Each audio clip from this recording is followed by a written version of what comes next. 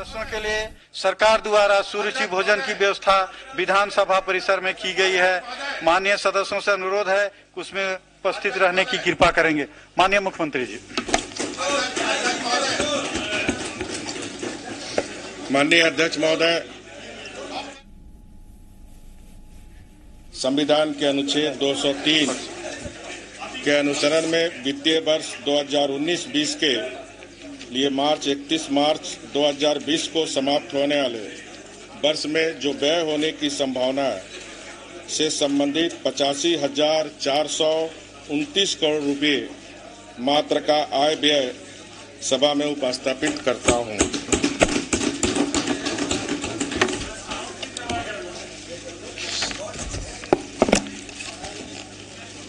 अध्यक्ष महोदय, आपकी अनुमति से मैं वित्तीय वर्ष 2019-20 की आय व्यय विवरणी इस गरिमामय सदन के पटल पर रखने हेतु खड़ा हूं।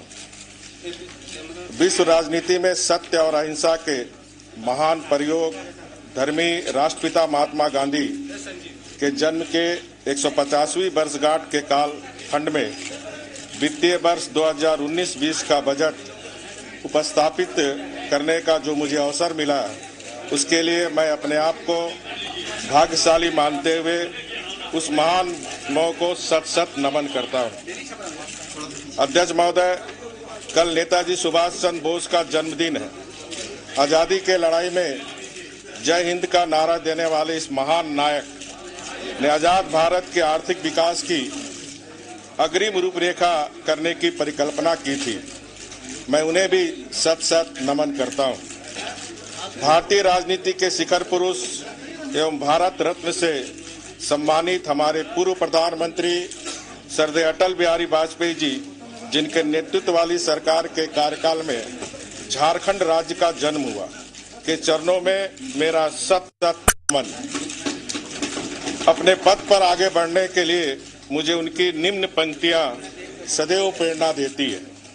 टूटे हुए तारों से फूटे बासंती स्वर, पत्थर की छाती में उग आया नौ अंकुर, झरे सब पीले पात, कोयल की कुहुक रात, प्राची में अरुणिमा की रेत देख पाता हूँ, मैं गीत नया गाता।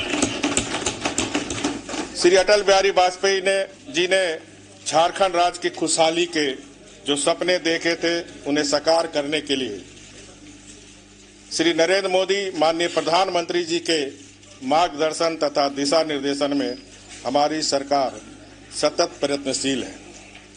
मैं आज भगवान बिरसा मुंडा, सिदो कानो, चांद भैरव, वीर बुधु भगत, नीलांबर पीताम्बर, तेलंगाना खड़िया, जतरा टाना भगत, पांडे गणपत राय, तिलका माझी और शेख भिखारी जैसे अमर शहीदों, जिन्होंने यहाँ की संस्कृति के साथ साथ अपनी सामाजिक अस्मिता की रक्षा के लिए हंसते हंसते अपनी जिंदगी कुर्बान कर दी, को भी श्रद्धा सुमन अर्पित करता हूँ।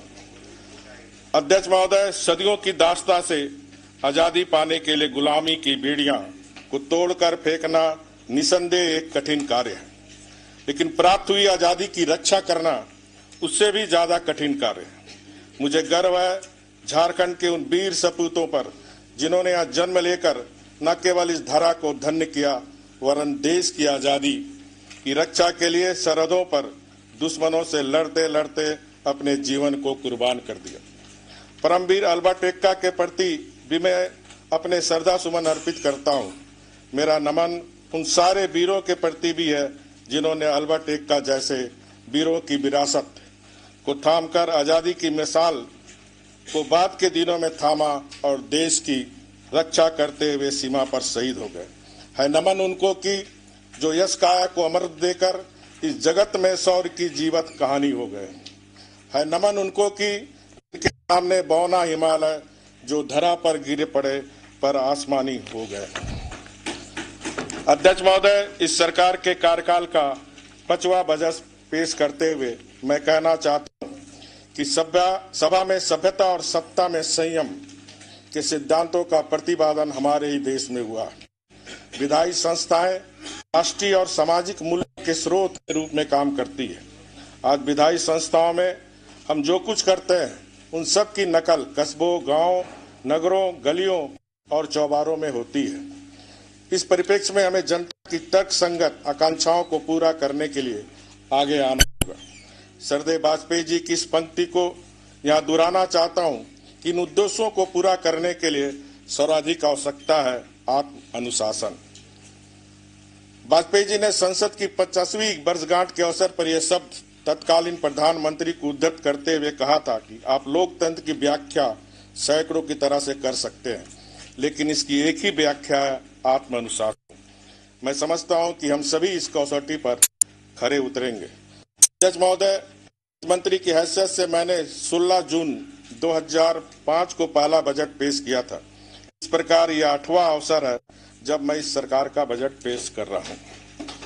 इस सरकार में मैं 5वीं बार बजट पेश कर रहा हूं। अब तक मेरी हर संभव कोशिश रही है कि जनता ने जो थाती हमें सौंपी है उनके निर्वहन का प्राण प्रण से प्रयास करूं। मेरे मन में हर समय इस न्यूनतम पायदान पर खड़ा व्यक्ति रहा। इसका यह कि मैंने खुद को जनता के लिए नीति निर्माता न समझ जनता को ही अपना नीति निर्माता समझा। जन जन के कल्याणार्थ राष्ट्र कवि मैथिली शरण गुप्त के शब्दों में मेरी धारणा है कि हम सागर यदि उलिझ सके आंखों के 2 बूंदे हर ले, हम पर्वत उठा सके नागर बोझे 2 की सिर के काम कर दे, औरों के हित में ही अपना अर्पित होए मन वचन काय, बहुजन हिताय बहुजन सुखाय।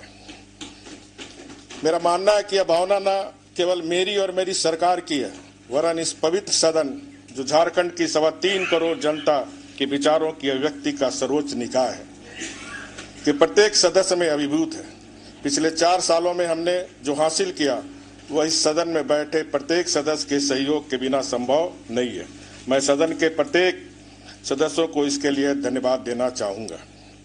अध्यक्ष महोदय, गत 4 सालों में हमारी सरकार ने विकास की नई परिभाषा लिखी है।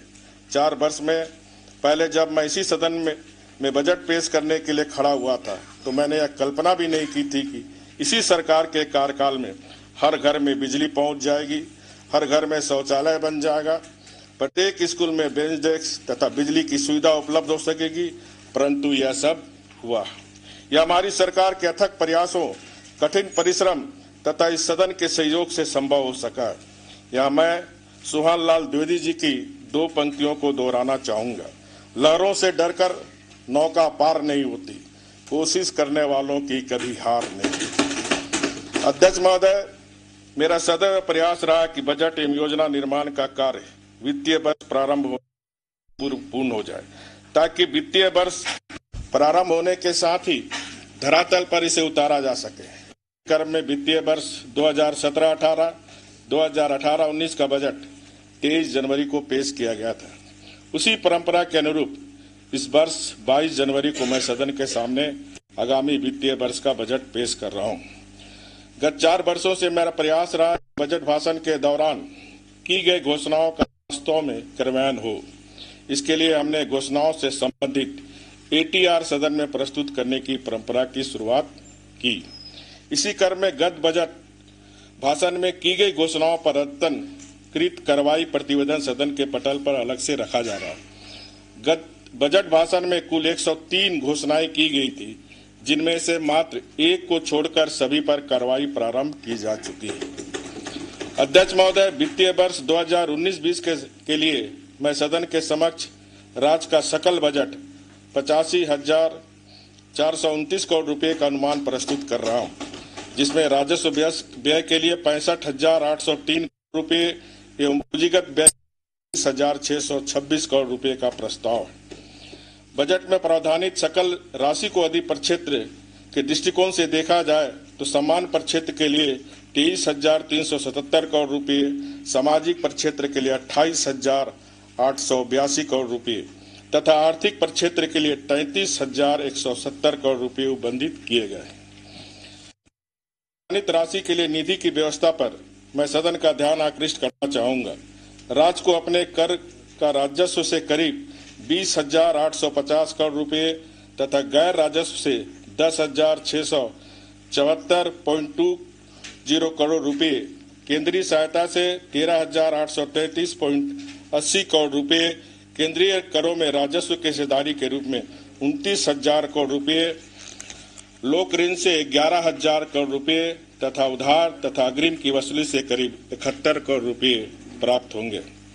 अध्यक्ष महोदय, अब मैं सदन की राज्य की आर्थिक स्थिति से अवगत कराना चाहूंगा। वित्तीय वर्ष 2019-20 में प्रचलित मूल्य के आधार पर झारखंड राज्य का सकल घरेलू उत्पाद 3,16,731 करोड़ रुपया आकलित किया गया। वर्ष 2018-19 के 2,86,598 करोड़ रुपये के तुलना में 10.5% की वृद्धि को दर्शाता है।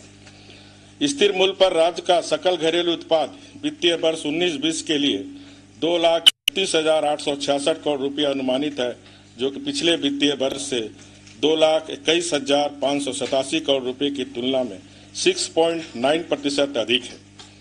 वित्तीय वर्ष 2018-19 में 8.73% के वृद्धि के साथ वर्तमान मूल्य पर प्रति व्यक्ति आय 83,513 रुपया होने की आकलन है, जो वित्तीय वर्ष 2018-19 में 76,806 रुपये एवं 2017-18 में 70,728 रुपये था। आगामी वित्तीय वर्ष 2019-20 में राजकीय घाटा 7,155.63 करोड़ रुपये होने का अनुमान है, जो कि आगामी वित्तीय वर्ष के अनुसार जीएसडीपी का 2.26% है। अध्यक्ष महोदय, राज्य की लगभग 86% जनता गांव में रहती है, जो कृषि एवं संबंध क्षेत्रों पर आर्थिक रूप से आश्रित है। राज्य के किसानों की आय दुगुनी करने का लक्ष्य रखा गया। कृषि, पशुपालन, सहकारिता, गव्य, मत्स्य, लाह, तसर, मुर्गी पालन, अंडा उत्पादन, हस्तशिल्प, ऊर्जा एवं सिंचाई पर क्षेत्रों को समेकित रूप में कन्वर्ट करते हुए पहली बार 2016-17 में कृषि बजट की परिकल्पना की गई थी। आगामी वित्तीय वर्ष 2019-20 में प्रस्तावित कृषि बजट 7,231.40 करोड़ रुपए है, जो पिछली वर्ष की तुलना में 24.51% अधिक है। कृषि बजट सदन में संवर्धित मांग पर चर्चा के दिन प्रस्तुत किया जाएगा। राज्य की आधी आबादी महिलाओं की है। झारखंड की महिलाओं की कार्य क्षमता पर हमें नाज है। राज्य की महिलाओं के समग्र विकास हेतु सखी मंडलों को सशक्त और जीवन संस्था के रूप में विकसित करने की कार्रवाई की जा रही है। इन सखी मंडलों के माध्यम से उत्पादित की जा रही सामग्रियों के स्केल अप करके उनका विपणन स्थानीय बाजार तथा राज्य के स्कूलों, अस्पतालों, सरकारी कार्यालयों एवं बाजारों में सुनिश्चित किया जाएगा। इन सखी मंडल के सदस्यों की आय में वृद्धि हो सकेगी। महिलाओं के कल्याणार्थ राज्य में कार्यक्रम को समेकित करते हुए वित्तीय वर्ष 2018-19 में जेंडर बजट तैयार किया गया था। आगामी वित्तीय वर्ष के लिए जेंडर बजट के रूप में 8,898.47 करोड़ रुपए का प्रावधान किया गया है, जो गत वर्ष की तुलना में 8.59% अधिक है। महिला एवं बाल विकास की मांगों पर चर्चा के लिए इसे सदन में प्रस्तुत किया जाएगा। झारखंड राज्य में अनुसूचित जाति एवं अनुसूचित जनजाति के परिवार की संख्या काफी है। राज्य सरकार इनके कल्याण तथा विकास हेतु कृत संकल्पित है। हमने जनजातीय विकास क्षेत्रों एवं अनुसूचित जातियों के विकास पर विशेष बल दिया। वित्तीय वर्ष 2018-19 में अनुसूचित जनजाति क्षेत्र तथा अनुसूचित जाति विकास बजट का कुल आकार 24,410.06 करोड़ रुपए था। आगामी वित्तीय वर्ष हेतु अनुसूचित जनजाति क्षेत्र तथा अनुसूचित जाति विकास बजट का कुल आकार 27,142.6 करोड़ रुपए है, जो गत वर्ष की तुलना में 11.19% अधिक है। इस तरह इन वर्गों के लिए किए जा रहे विकास की गति को और भी तीव्रता प्रदान की जाएगी। अध्यक्ष महोदय, राज्य के बच्चे ही राज्य के भविष्य निर्माता हैं। राज्य में बच्चों के स्वास्थ्य एवं पोषण पर विशेष ध्यान देना हम सबकी जवाबदेही है। वित्तीय वर्ष 2019 के विकास से संबंधित प्रावधानों को समेकित करते हुए हमने चाइल्ड बजट तैयार किया है, ताकि विकास पर समय रूप से फोकस किया जा सके।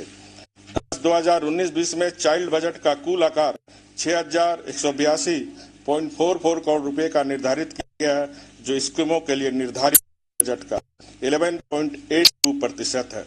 संदर्भित मांग पर चर्चा के दिन में सदन में चाइल्ड बजट अलग से पेश किया जाएगा। अध्यक्ष महोदय, सदन के सहयोग से राज्य के विकास रथ को आगे ले जाने के लिए मैं वित्तीय वर्ष 2019-20 के बजट में विभिन्न प्रक्षेत्रों में सरकार द्वारा तैयार किए गए महत्वपूर्ण प्रस्तावों की संक्षिप्त विवरणी प्रस्तुत करता हूं। कृषि प्रक्षेत्र। अध्यक्ष महोदय, झारखंड की 76% आबादी गांव में रहती है।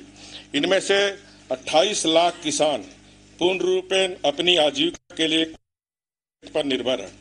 आज किसान जिन समस्याओं से जूझ रहा उसकी चर्चा पूरे भारतवर्ष में हो रही है। बढ़ते कर्ज का बोझ किसानों की आज सबसे बड़ी समस्या। किसानों को राहत देने के लिए हमने एक अत्यंत ही महत्वाकांक्षी योजना की शुरुआत करने का निर्णय लिया है। राज्य सरकार द्वारा किसानों को कृषि कार्य हेतु आर्थिक सहायता देने के उद्देश्य से मुख्यमंत्री कृषि आशीर्वाद योजना नामक एक नई योजना प्रारंभ करने का निर्णय लिया गया। इस योजना के तहत राज्य के किसानों को 5,000 रुपया प्रति एकड़, 1 एकड़ से कम किसान को भी 5,000 रुपये प्रति एकड़ वर्ष की दर से सहायता राशि दी जाएगी। मुझे आशा है कि किसानों में खुशहाली लाने की दिशा में यह योजना एक मील का पत्थर साबित होगी। कृषि से संबंधित अद्यतन तकनीक तथा नियमित मौसम की सही जानकारी देने के लिए ई नाम पर पंजीकृत राज्य के किसानों को स्मार्टफोन उपलब्ध कराने का निर्णय किया गया। इससे हमारे किसान संपूर्ण भारत के बाजारों में प्रचलित मूल्यों की जानकारी प्राप्त कर हमने कृषि उपज की बिक्री हेतु निर्णय ले सकेंगे। आज ही हमने एक समाचार पत्र में देखे कि किस तरह ई नाम के द्वारा हमारे किसान अपने उत्पादक को दूसरे राज्य में बेचने का काम कर रहे हैं। कृषकों की आय दुगुनी करने में भी मदद मिलेगी। मौसम की अग्रिम जानकारी प्राप्त कर वे फसलों को क्षति से बचाने पर कार्रवाई कर सकेंगे। राज्य सरकार ने किसानों के हित में निर्णय लिया है कि निर्धारित मिनिमम सपोर्ट प्राइस के अतिरिक्त धान अधिप्राप्ति के प्रत्येक क्विंटल पर किसानों को 150 रुपये का बोनस भुगतान किया जाएगा। इस योजना को वित्तीय वर्ष 2019-20 में भी जारी रखा जाएगा। राज्य में 29-30 नवंबर को ग्लोबल एग्रीकल्चर एवं फूड समिट का आयोजन खेलगांव रांची में किया गया। इस समिट में 7 देशों एवं 8 राज्यों के प्रतिनिधि तथा राज्य के 10,000 किसानों द्वारा भाग लिया गया। 2 दिवसीय इस समिट में जैविक खेती, फूड प्रोसेसिंग, मत्स्य एवं डेयरी, कृषि, औद्योगिकरण इत्यादि 8 तकनीक सेमिनार हुए। प्रदर्शनी में कृषि तकनीक के नवीनतम मॉडल एवं मशीनरी प्रदर्शित की गई। बेहतर तकनीक से राज्य के किसान रूबरू हो सके। समारोह बाबा रामदेव द्वारा का कार्य राज्य के साथ मिलकर घोषणा की गई है। झारखंड राज्य को चावल की श्रेणी में कृषि कर्मण पुरस्कार से नवाजा गया। यह पुरस्कार भारत सरकार द्वारा चावल उत्पादन एवं उत्पादकता में अग्रणी करने के लिए दिया गया। पुरस्कार में 2 करोड़ रुपए की नगद राशि शामिल है। 2011-12 में हमारे उत्पादन 14 लाख मीट्रिक टन था, जो बढ़कर 17 लाख मीट्रिक टन हो गया। झारखंड राज्य से सूखे की स्थिति उत्पन्न हुई है। इससे निपटने के लिए महाराष्ट्र राज्य की तर्ज पर सुजलाम सुफलाम योजना नामक एक योजना लागू करने का निर्णय लिया गया। इस योजना के अंतर्गत सूखाग्रस्त झील, डैम एवं तालाबों के डिसलिनेशन ताकि इन ढांचों की वाटर कैपेसिटी बढ़ सके तथा कृषि कार्य में मदद मिल सके। इस योजना के लिए भारतीय जैन संगठन के साथ एक एमओयू हस्ताक्षरित किया गया। राज्य में अब तक 76% प्रगतिशील किसानों को सिंचाई प्रणाली की बेहतर तकनीकी सीखने के लिए इजराइल भेजा गया। किसानों ने इजराइल में ड्रिप, डेयरी, पशुपालन, मत्स्य पालन की बेहतर तकनीक सीखी। किसानों द्वारा मास्टर ट्रेनर के रूप में अपने अपने जिले में कई किसानों को प्रशिक्षण दिया जा रहा। 14 जनवरी 2019 को इजराइल भेजा गया दल पूर्ण रूपेण महिला दल था। महिला सशक्तिकरण की दिशा में एक महत्वपूर्ण कदम था। इसी तरह अगले वित्तीय वर्ष 19-20 राज्य में 1,200 किसानों को मधुमक्खी पालन जोड़ने के उद्देश्य से 10 करोड़ रुपए की राशि से मीठी क्रांति नामक नई योजना की शुरुआत की गई है।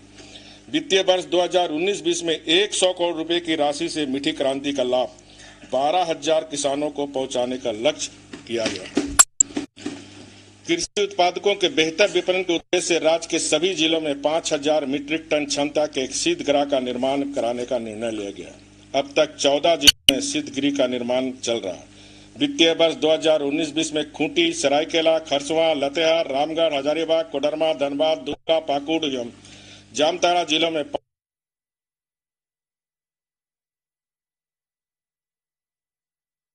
टमाटर, फूल, सब्जी एवं फलों की खेती प्रचुर मात्रा में होती है। उन प्रखंडों में 30 मीट्रिक टन क्षमता के एक कोल्ड रूम का निर्माण कराया जाएगा। वित्तीय वर्ष में 2018-19 में 46 प्रखंड में कोल्ड रूम का निर्माण किया जा रहा है। वित्तीय वर्ष 2019-20 में 100 प्रखंड में कोल्ड रूम का निर्माण करने का लक्ष्य। पशुपालन और डेयरी अध्यक्ष महोदय, वित्तीय वर्ष 2019-20 में ब्रॉयलर कुक्कुट पालन, सुकुर पालन, बकरी पालन, वैक्वाट कुक्कुट पालन योजनाओं के अंतर्गत मांस तथा अंडा के उत्पादन में वृद्धि करने तथा ग्रामीण पशुपालकों के लिए अतिरिक्त आय का स्रोत उपलब्ध कराने के उद्देश्य से इन लाभुक जनित योजनाओं का क्रियान्वयन Jharkhand state livelihood promotion society एवं प्रगतिशील किसानों के माध्यम से कराने का निर्णय लिया गया। राज्य में 640 टाना भगत के परिवारों को 100% अनुदान पर प्रति परिवार 4 गाय उपलब्ध कराने की योजना है। वर्ष 2019-20 में भी इसे जारी रखा जाएगा।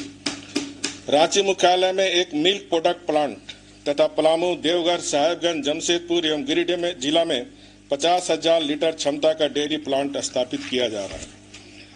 प्रगतिशील डेयरी कृषकों एवं महिला स्वयं सहायता समूह के सदस्यों को 50 गाय की कामधेनु डेयरी फार्मिंग की योजना से लाभान्वित कराया जा रहा है। राज्य के दुधारू पशुओं का कृत्रिम गर्भधान के द्वारा नस्ल सुधार कर उनकी उत्पादकता वृद्धि पर हेतु पंचायत स्तर पर कुल 3000 कृत्रिम गर्भाधान केंद्रों की स्थापना वर्ष 2019-20 में कराने का लक्ष्य तय किया गया। राज्य में गौशालों के माध्यम से प्रगतिशील पशुपालक द्वारा कैटल हॉस्टल की स्थापना का प्रस्ताव। मत्स्य पालन अध्यक्ष महोदय, राज्य में 4 वर्ष पूर्व मछली उत्पादन 1 लाख मीट्रिक टन से भी कम था। अपने घरेलू मांग को पूरा करने के लिए बंगाल एवं आंध्र प्रदेश से मछली का आयात किया जाता था। उत्पादन को लगभग दुगुना करते हुए इस वर्ष राज्य में 1.90 लाख मीट्रिक टन उत्पादन होने की संभावना है।